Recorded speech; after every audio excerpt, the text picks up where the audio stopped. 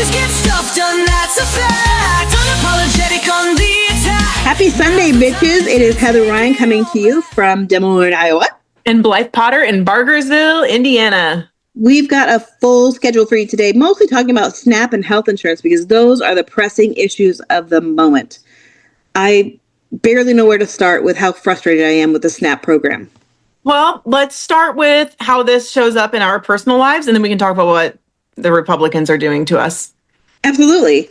So go ahead. You start. The newest thing, the latest thing that just happened, just dropped last night. If you haven't been following this, the USDA just ordered all the states that were planning to start paying out SNAP benefits to roll all those plans back so that nobody in the entire United States will receive any benefits. Because some of the states have already started saying, okay, so now that the courts have said that we can start paying SNAP benefits, we're going to. So the USDA... Partial. I'm pretty sure they're only partial. We're talking like maybe 50%, I think, in most cases. It's changed throughout the week. Okay. So it was 50%, then maybe it was 2/3, and then it was full. But and that's just different judges saying different things. No, you cannot stop SNAP benefits. You have the money, you need to pay them. They've never been stopped before. And then Trump asked the Supreme Court to intervene. And intervene they did. They said, you're right, Trump, you can go ahead and stop those benefits. We'll just think about this for a while, and you could just make sure that people go hungry. So it's evolved. It is hard to keep up on this. If anyone is listening and being like, well, why don't they know this? I feel like I'm constantly paying attention to news, but there's way too much. There's so much happening. Yeah, it really is hard to keep track of it all. The only reason I keep track of it is because I listen to like all the podcasts with the law. So not just political podcasts, but also legal podcasts. That's where I get most of my information. These legal scholars are so much smarter than me. And I'm so grateful that they can break it down. Like, Sisters-in-Law, highly recommend that podcast. Amicus, highly recommend that podcast. And there's another one. It was called, it used to be called Prosecuting Trump, but it's called something else now. But I'll also highly recommend. So those are the ones that help keep me abreast of what's going on legally. So now that there was a circuit court judge or federal, I don't even know which judge, but finally a judge said. It was like the one that can Judge Jackson. That's the Supreme Court. But the one that she oversees. Oh, okay, of DC, probably. The circuit court. Something one, but I think it might be circuit court one. Like there's 13, and the 9 of them split it up. Those are federal courts, right? I think so. Don't get me lying. Either way, there was a judge. I'm not an attorney. There was a judge at some point that said you have to pay out full benefits, and Trump immediately appealed that to the Supreme Court, and the Supreme Court put the kibosh on that. And because of that, the USDA, and I'm sure all the powers that be in the White House, pushed all the states to say, you cannot dole out any food benefits now. And my understanding is that all of the links and resources to food banks that are being advertised on Twitter are being suppressed by Elon Musk. Oh, for fuck's sakes. Yep. Yeah, so if you put resources... When are we going to try these people for fucking genocide? I don't know. That is what this is. Yeah. Yeah, we have a grocery store here in Iowa. It's called Hy-Vee, and they're huge Republican donors. Gigantic. That's Kim Reynolds' #1 donor. But even they are pulling out the stops and saying, okay, so at dinner time, we're going to have kids eat for free at any of our Hy-Vees that have a deli. And then parents can eat the meal for $3. And I went by the other day, Hy-Vee, to pick up a prescription, and there was a line out the door for these free meals. It's the modern day bread line. And I took some video of it. I've been so sick, I haven't made any content for like the past 3 days. So I've got all this content building up. So I need to make content about it because it just reminds me of soup kitchens and soup lines from the Depression. It's so fucking sad. It is so, It's so sad. And people do not realize the trickle effect that this is, let's pretend they fix it today. Damage is done. Mm-hmm. Damage is absolutely fucking done. Absolutely. Yeah, and it doesn't just affect the people that can't eat, for Pete's sake. This is affecting the grocery stores, the people that work at the grocery stores. If you have to buy food with your actual money instead of paying for daycare, then it affects your daycare. If you can't send your kid to dance classes anymore, it affects those dance classes. It affects every aspect of life. Yep. You can't get your car fixed because you had to buy food. Things like that. So the mechanic suffers too. every single person in our society, minus the 1%, will be affected. And even the 1% in some cases, because they own grocery store chains. Mm-hmm. And those grocery store chains are subsidized, especially Walmart, by EBT. Yeah.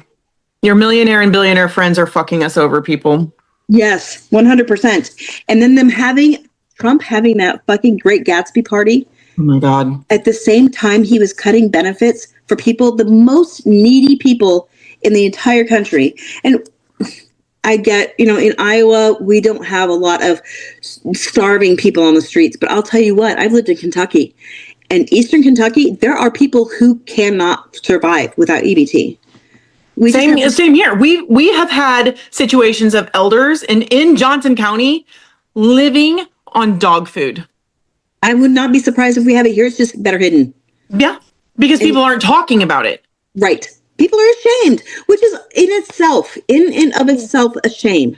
It is. We should be helping one another when they need help instead of shaming them into it, which is what we have been trained and taught by the Republicans to do. It's all propaganda. I'm always so grossed out whenever I see people on the internet saying, "Oh, you should be ashamed. You shouldn't have those babies if you can't feed them." First of all, these motherfuckers force you to have these babies.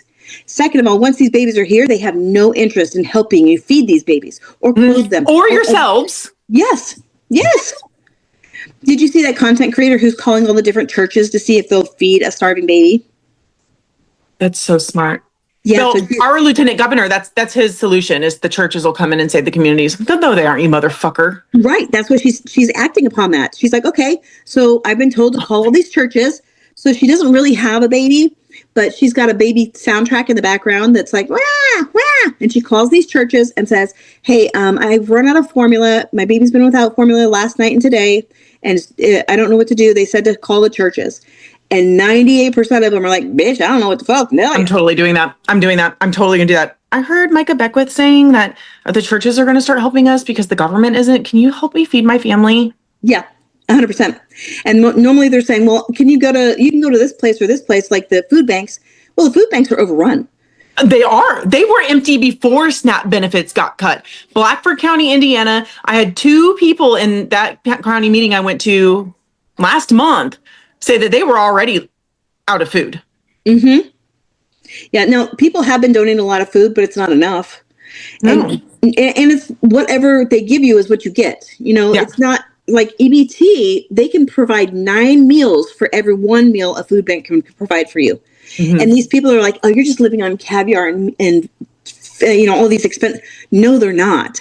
It's shitty cheese, shitty milk, and even shittier vegetables and fruit. Oh, yeah, from the food bank, yes. But EBT, I'll tell you from personal experience, you make those EBT fucking dollars stretch. You have never seen somebody smarter with money than an EBT recipient, because you need to know how much money you have and how many meals you can get out of whatever it is you're purchasing.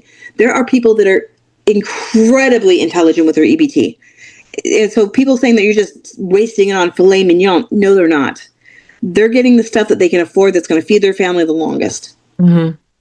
So it's just so infuriating. My God. It's so infuriating. And then on the flip side of that, or adjacent to, I don't even know how we compared that, but healthcare. Yeah. Insurance. We should actually take a break before we do this. Oh my God. Yes, we should. Thank you.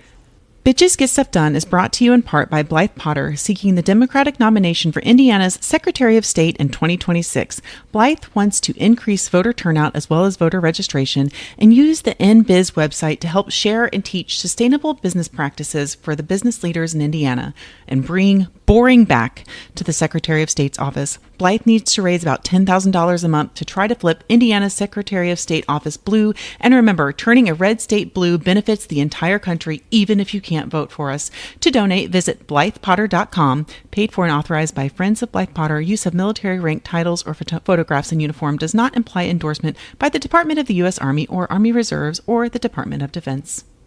And we are back. So we just kind of finished off with SNAP benefits. It's not resolved yet. So there, I'm sure, will be a lot more to cover on our Wednesday pod. But my God, it's infuriating that people are shaming other people for being hungry and for being exploited by big corporations and not being able to purchase food on their own because they're being exploited.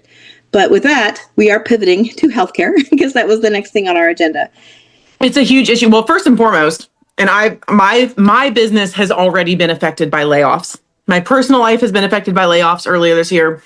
My professional life is now being affected by this because if people get fired, they can't usually afford to see me, right? Especially if it's a single mom. So that leaves them without healthcare or insurance.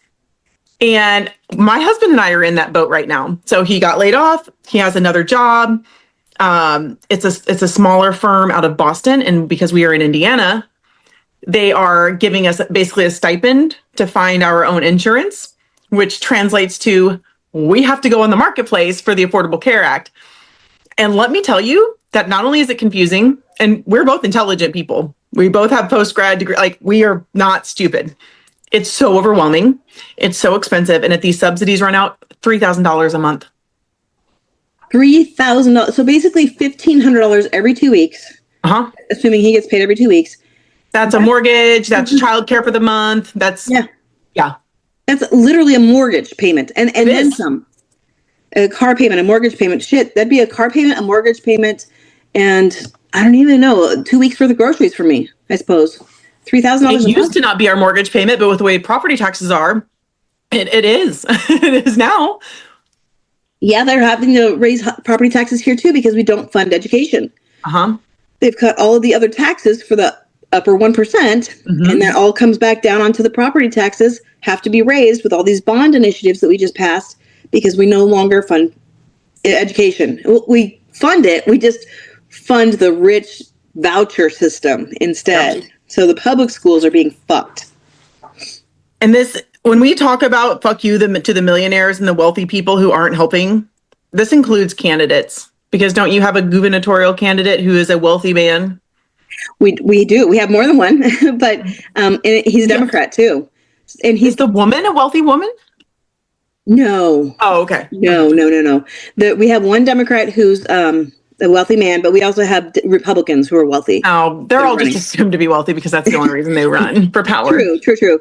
But yeah, he's actually part of the problem. His family has their money from the ag industry. So is he going to help us clean up our air and water and all the CAFOs? Of course not. Nope. That's where they get all their money. So yeah, technically he'll be blue. He'll be better than Kim Reynolds, but he's not a progressive in any only on the surface. And it's not even being a progressive. Like, it doesn't matter if it's progressive or a corporate Dem. That's just being a douchebag of a human. Oh no, he really does go after the Republican vote though. He starts every one of his little campaign thingy-ma-dealers, his stump speeches, with singing America the Beautiful. Everybody has to sing America. It's so cheesy. And then he does this prayer stuff. He always inserts scripture into all of his stumps. I mean, it's like he's Republican light. He's a Republican in drag. He absolutely is. He's 100% going after the Republican vote. And since he's the only state elected Democrat, then he's got all of the state vote. The person that I would love to see win is Julie Stouch, and she does not have a lot of money. But my God, the deck stacked against her? I'm the Indiana Julie, but I think we can pull this off. We just have to be very strategic about it. I say we're gonna get her elected. We're gonna get me elected. But so the healthcare issue, we're not just talking about funding our insurance, right? The actual healthcare piece is so fucking fucked up. And I knew this before, but now I'm experiencing it again in my 40s. I did it in my 20s. I did do a little bit in my 30s. Like, this is just, it's annoying. And it's always been this way. So I go to get my annual dermatology appointment, I think maybe last week. And last year I was pissed as hell because we had good insurance. I'm using air quotes. And the copay was over $200. And I was like, I was in there for like 5 minutes. I mean, it's very fast. This year, because we didn't have anything set up yet for insurance, I told him I'm self-pay because we can't afford insurance. She said, okay, it's $85. It's unreal. So is it hiked up because they have to do all the paperwork for the insurance and that's why they charge you more? Or I'm sorry, what paperwork could they possibly be doing? They scan my card, they send it in to whatever. I mean, it's pushing buttons. It's not like someone is sitting on the phone for let's pretend $100 an hour, 2 hours, making sure that this is covered. I don't know, man. I saw a doctor the other day that was explaining the hoops they have to jump through to have this kind of surgery that he does. And they have to call the insurance company.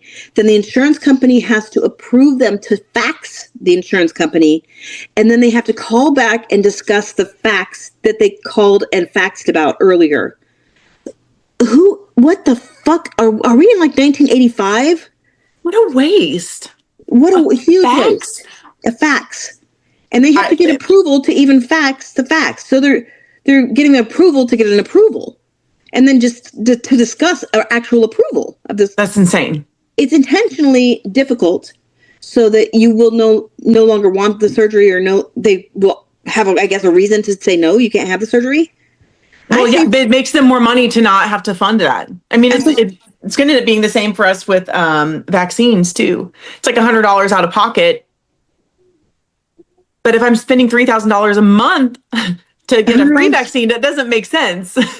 Right. Yeah. What's $100? It's not really free, is it? No, it isn't. Price. Yeah, I used to have amazing health insurance when I worked at Schwann's. It was the most expensive, the PPO. I'm like, go all in.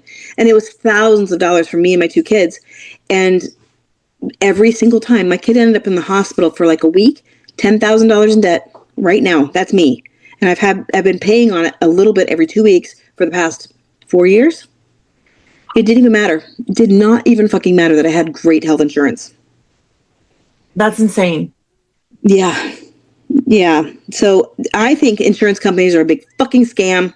I know that Iowa is the number 2 health insurance capital of the world, but it is a big fucking scam. All those people that work in health insurance right now can be working for the government to ensure that we have health care instead of health insurance. Yeah. All this money is just a way to make sure that you can't have health care. And the CEOs continue to make more money. We're paying them to deny us health care. We absolutely are. We absolutely are. And then Trump has been tweeting all morning, his Kmart Twitter, that he wants to give money directly to families instead of having ACA. Just completely abolish ACA and make you as a family go out and purchase your own health care on your own without any, I guess, bargaining, like how you make a deal and how a big company can get better deals because they're a big company. Well, now everybody's just going to be on their own, period. So some kind of like flex spending account for every single person in the United States. Just fucking provide health care. Right. We spend, I'm going to misquote the exact numbers, but even households with no children spend on average, $9,100 a year on healthcare, education, and childcare. That's like from funding that we spend in taxes. If we were to tax the millionaires and billionaires appropriately, we would spend $0 on childcare, $0 on education, and about $2,000 a year for healthcare. And here's the thing, Blythe, and this is what makes me so angry, is we could get a president that believes in universal health care because it makes sense and it saves us a ton of money. But you have to have the Congress on board. And all of them are purchased. Every last fucking one of them. With the exception of people like Bernie and AOC, there are a few. Handful. And there might be a few Republican outliers. I'm not confident in that. I don't think so. I can't think of any. I mean, I've never gone looking for one. But I'm just going to give a little bit of a benefit of the doubt because I don't know. They're gone now because they've been booted out. No, that's probably true. They all have to be Trump acolytes now to be in office. So even if we do get a Democratic president that's a socialist Democrat next, what good does it do if we don't have a House and Senate? Well, but also it needs to be on the state and local level too, because a lot of these programs you get federal funding, but they call it something different in Indiana. It's like Healthy Indiana Plan, HIP. It's still federal tax dollars and some state tax dollars that are funding that. So that means we also have to change our executives and our legislative branch in the state of Indiana, and really even our courts. Yeah. Because when things get taken to court, we need to have people who are on the side, literally, of the people or the most underserved in our community to make these things better. And it's just not going to happen with Republicans. I don't know about Indiana, but Iowa, our Medicaid here is privatized. So that was a gubernatorial decision, and he signed, I think it was Terry Branstad, signed an executive decision and privatized our fucking Medicaid. So if you have Medicaid here, you have to go through one of two companies. It's like, I don't even know, Anthem and somebody else. Yeah, because they want to give all the money to fucking insurance companies. Medicaid used to run like clockwork. It used to be like clockwork when it was under the government. But then they're like, no, we want to give all this money instead to these private companies, and then they will help you get health care. But of course, the private companies don't pay anything. They pay pennies on the dollar to any Medicaid recipients. If you go to the doctor, they're only going to pay a teeny tiny fraction of what the doctor actually charges. So a lot of these doctors just don't take Medicaid anymore. Yeah. So if we got a new governor, they could actually repeal that and bring it back to the state. Yeah. But is this Democratic governor going to do that? I don't know. Well, we've got to get your woman. We need to make sure that's on her platform. Yeah. At least hold his feet to the fire and say, what are you going to do? Yeah. Just start having the conversation and planting those seeds now, because we have an entire, 5 months for us ish. 6. I'm not really counting the rest of the year with the holidays. I think it's going to be hard to break through some of the holiday corporate noise with politics, with candidates. Oh, yeah, that's a great place to take a break, because I have great, interesting news about our holiday election coming up. Oh, yeah. Oh, yes. Bitches Get Stuff Done, the podcast, is brought to you in part by Fight Like a Bitch, a guide to fighting fascism with guerrilla activism. Available now at the website bitchesgetstuffdone.org. Okay, local election. We had a very amazing, wonderful state senator here named Claire Celsey pass away. And she was fantastic. Oh my gosh, absolute loss to the state. So we've got an election coming up on December 30th to replace her. And not that you could ever replace her, but to fill the seat. And we've got a really good Democratic candidate. And the Republican that they've put up is a over-the-top douchebag. Anti-vax, anti-IVF, pro-life in all situations. I wouldn't be surprised if he's pro-life, put people in jail kind of pro-life. He is on the board of all these different homeschooling boards. His wife homeschools their 7 children.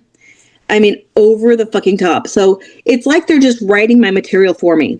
Oh my God. I can barely wait to jump into this, this race and just trash this guy. Because nobody's going to, just like you said, nobody's going to be paying attention in the middle of fucking the holidays. Well, we have to make them pay attention. Exactly. We have to make it, as one of my team members says, so they cannot ignore us. Mm-hmm. And I do think this is going to be a hard holiday for people. It's going to be hard. People... You know what? It is going to be hard, but I think we can make it simpler by remembering that we have an economic blackout coming up, and we're going to say fuck you to places like Walmart and Amazon and Sephora and all those places. We have these conversations right now, well before Black Friday. We'll do maybe something that's locally made or small business made or something handmade by us, and just spend time together. Maybe donate some food to a food bank, volunteer somewhere. Like, it has to look different this year. It has to look different this year. Buy secondhand. Facebook Marketplace, excellent place to buy things. One of my content creator friends is in Nebraska. She's called Not Nebraska Nice. Highly recommend following her. And she is planning a Thanksgiving Day trip to the new Nebraska concentration camp that Trump just put in Nebraska.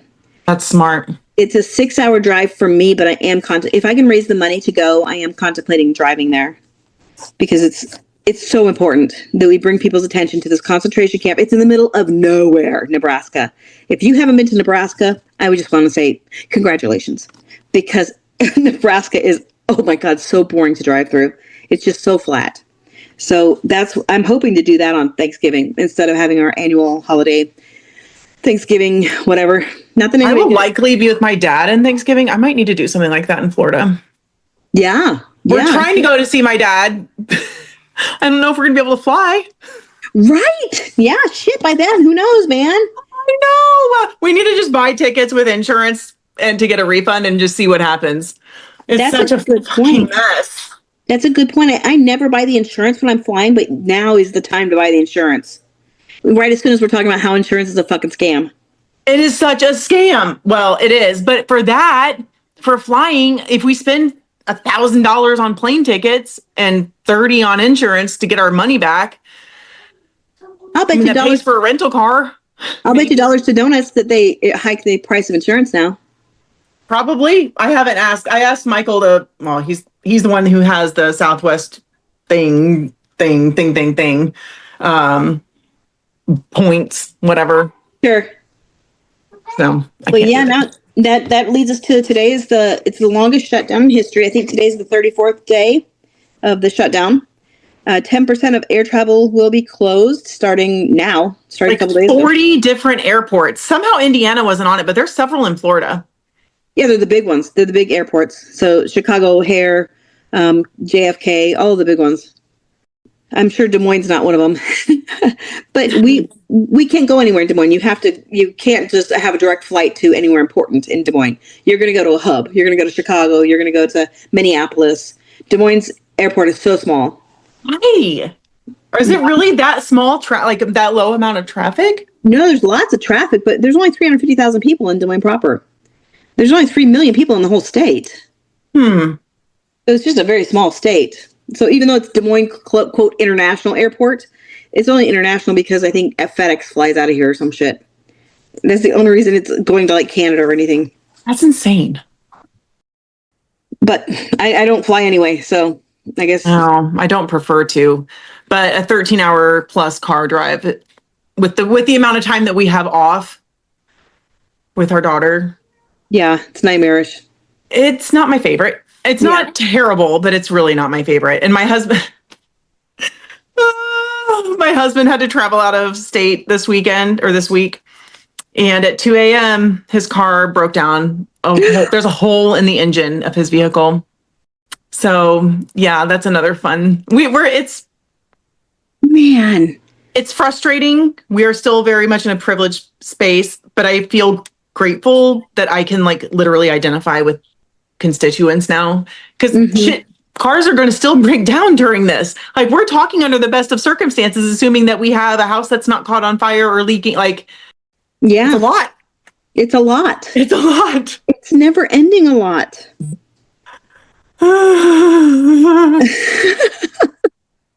Well, and on that same note, it's a lot, and I don't have any like disposable income right now, like at all. And I wanted to go to the IDP tonight. The Iowa Democratic Party is having this annual fundraising dinner that they have every year. It's called the Justice and Something Dinner, Justice and Happiness. I don't know. Justice and Happiness. I don't know. It used to be called the Jefferson Jackson Dinner, and then that was like not exactly PC because of the slaves and everything. But they cared about that. Yeah, so now it's the Justice and something or else. Justice and I don't know, penguins. I have no idea. Anyway, so Mark Kelly and Gabby Giffords are going to be there tonight, and I've gone to it every year for the past, for sure, 10 years. But this year the tickets are $100 freaking each. Who has this kind of disposable income? Certainly not my friends. It's hard because we're in the same boat. I just found out that our state party, I don't know how this keeps happening, but I've been removed from every mailing list from the state somehow. And it's not on Mobilize. It wasn't on their events page on their website. And it's a holiday dinner, which I knew was coming up soon. And I was like, well, I should be there. I know that my opponent will be there. I go every year anyway. I like seeing people from across the state and our elected officials who are Dems that I don't see often. I had to have someone else send me the link to do it because it's literally just not, if I had to try that hard to give my state party an extra $200 for my husband and I to go to something, it's a fucking problem. Right? It's a problem. And it could just be a weird little oversight. Maybe they forgot to put it on Mobilize. But that's a problem. It's a fucking problem. On Mobilize, if they forgot to ask people for money, do you wonder why they don't have money? I donate every month too. Not a lot because I do a lot. I'm paying for a lot of my campaign stuff with my money as well as donations because it's going to be expensive. I know where I am in this race. Like, it's not like I'm not invested in the state or this party. Right? Yeah, shit. I mean, how much material do I put out? Content do I put out for the party, whether they like it or not? Yeah. I do help them with their candidates, but shit, I can guarantee I don't get their emails anymore. It's not like I've even tried to resubscribe multiple times. So I did break down and bought tickets for the thing that's coming up in a few weeks, and I put in the notes, Please add me to your mailing list again. Like, I don't know what else to do. Like, I have totally been I did not block them. It's so weird. It's so freaking weird. I guess I'm kind of happy that it's not just me, that it's happening across the board with all the dipshit Democratic parties, I guess. But Jesus, if we could possibly lose this next election in the midterms, it's like they're just like, yeah, we could do it. Come on, we could do it.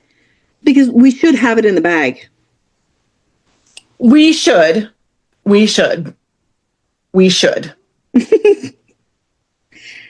That's pretty much all I had on my stuff. But did you have anything local that you wanted to just discuss? Oh gosh, I know I should. There is a protest tomorrow in Owen County at 5:30. It's a fireside chat that our Senate Pro Tem, I think our governor will also be there. It's on my socials. 5:30. They're meeting at, I think, the Owen County Pride headquarters. And there are a few other things. I'm going to be in Hendricks County at their. Do you by chance follow Hoosier Lemon? No, I don't even know. There's an account you need to follow. It is, so you know the AI generated thing that you can do for TikTok where it makes it's just your eyes, lips, and you're like a lemon, a talking lemon. Oh, absolutely. I did that. Okay. So her account is Hoosier Lemon, and that's all she talks. It's in her, like, to hide her identity, but she will like say, when this lemon is tired, like she'll talk about her being a lemon. It's so fucking funny. It's so funny. Anyway, I love Hoosier Lemon. And thankfully for myself, since I've entered the race, Lemon likes me as a candidate. So she's a social media ally. I get to meet her on Tuesday. Oh, yay! I'm so excited. So I'll be at Hendricks County. My daughter and I will be there on Tuesday. Wednesday, we're going to Cass County for their left-wing night. Thursday, I'm going to Warren Township Dems, I think. Oh my God. I'm totally blanking right now. And then I can't remember what else. There's something else. Oh, Henry County on Saturday. Oh, fantastic. You got a full schedule. Yeah. Marionette Miller Meeks, one of our representatives here in the state, did say on camera months ago that she will hold a town hall when hell freezes over. Oh. So apparently hell hath frozen over, and she does plan to be in, I think, Keosauqua tomorrow. So if I can get the funds up to go, I'm totally going to go. Nice. Yeah. And it's like at 2:00 in the afternoon. So there's plenty of time to get there. It's a 2-hour drive from here. So if I can, raise the money to get there, I'm totally going. I would love to see her say how the hell froze over. Okay. So we need to get you $100 for your ticket for tonight. And then how much do we need to get you to get to the Thanksgiving thing and the Marriott Miller? I don't know. The Thanksgiving thing's totally separate because that's a 6-hour drive there and 6-hour drive back. Mm-hmm. Marionette Miller Meeks is only going to be a tank of gas. And that's this week? Yeah, that's tomorrow. Oh shit! So you need $200 today. Yeah, we need to raise you $200 today. Yeah, okay. We're gonna work on that. Yeah, and follow Hoosier Lemon. If you were in Indiana, especially, a lot of her content is very hyper focused on Indiana politics. It's not just like she's Blythe fan. She's very, very intelligent. Has a lot of good information and a lot of good experience. So well, clearly she's intelligent. She's a Blythe fan. Duh. Thank you. And then next Sunday, if anybody wants to join in, we are having a Signs of Fascism protest like we did the one time where we have 17 signs of fascism, and it just lays out all the different signs that you're falling into fascism. And they're here, saying, discrediting the news, making sure that people can't eat, that kind of stuff, discrediting education, all of that. And then we're going to have that it's a huge craft fair here in Des Moines. Down at the state fairgrounds. So if anybody wants information on that, make sure you contact us through the website. I would be happy to help you get involved in that. And of course, we'll have our bridge protests and stuff this week too. Nice. You and I need to offline plan time for me to get out there and visit you and meet. We need to do something. Speaking of which, we are still scripting our one-act play of Donald Trump and the Christmas Carol. And I do plan to play Donald Trump. I just had to practice him because it's not going to be very hard. Right?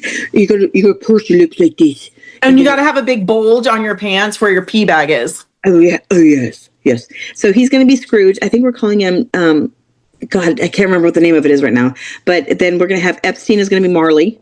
It explains what the three ghosts are going to come and all that. So we are scripting it. So we're hoping to have that as a fundraiser before the holidays for Bitches Get Stuff Done. Oh my God. As soon as you set a date, you have to let me know. I really want to try to get there for that. But you got to turn it into, did you look up the vertical drama series things?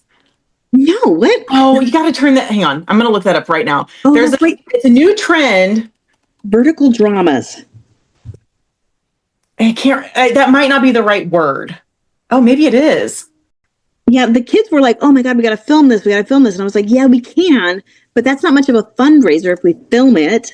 No, but you could, well, as you're practicing, you can film it in small bites that we can use it for a vertical drama afterwards. Okay. So not necessarily, certainly try to live stream, also while fundraising when you perform it, but when you're doing your practices, set it up so you can try to script it for like 10-minute or less vertical dramas. Vertical dramas. Yeah, I'm pretty sure that's what it's called. Okay. I searched vertical drama and it's giving me a bunch of things. So is this a TikTok thing? I think it might be on more than just TikTok, but I'm thinking it pretty much started there. I think it started out being more popular. It's popular. That's popular. Popular in Asia. I don't know what kind of accent that just happened. That sounds like I can't do accents. Soap operas. Yeah, soap operas. Well, I think it's just called a vertical soap opera, also known as a microdrama or vertical drama, is a serialized web-based show filmed in vertical format optimized for mobile devices like smartphones. These series are designed for quick consumption with episodes typically lasting 1 to 5 minutes and often ending on cliffhangers to keep viewers engaged. They are part of an $8 billion industry. I just lost my thing. Gaining popularity on platforms like TikTok and dedicated apps, with some companies using similar business models to traditional soap operas, but in very short form, fast-paced, and often pay-per-view format. There's your fucking fundraisers. Oh my God. And you can start hyping it up now, like vertical drama coming soon. You don't have to have like a date for it. Just like new Iowa-based vertical drama, or I don't know. Well, this will be playing with. You can do more than one, right? This you just smelled yourself. No sweat. I'm like, I just showered. My company commander said, if you can smell yourself, so can everybody else. So make sure you wash your pits. Is it my microphone? Is it my banana? I don't know. I just got a whiff of something. It was like an onion. Not me though. It was me through the phone. Hi. Hey, Blythe. I might be my own breath. Probably that. It's pretty banana-y and peanut buttery. Well, yeah. So the idea for this one came up because we were thinking of play, but a vertical drama would be just as funny. So yeah, because people are going to want to see this. Oh yeah, you're not wrong. Yeah, I'm going to want to see it, especially if I can't get there. Well, because the whole thing started as my middle child was like, well, you could do your different parts. You could do Trump. You could do Christy Gnome, all those. But I was like, in a play, I can't change outfits to shoot these scenes, like you're live on stage. So we'd have to cast it. But a vertical drama, I could do all of these scenes. My hair. Yeah, if you're just listening to this and you're not watching it, then you don't know. But my hair, I'm literally in my bathrobe still. And She's got her own thing going with the hair right now. Like your hair has got its own mind. Yeah, There's this one little thing that was just sticking straight to the side. It's so cute. That's how it normally. That's how I wake up. I love it. People just see my hair done and they're like, "Oh, it must naturally do that." No, it needs some help. And a lot of product. A lot of product. I love me some product. You can never have too much. Oh, that's so funny. All right. Yep. I think that's all I got.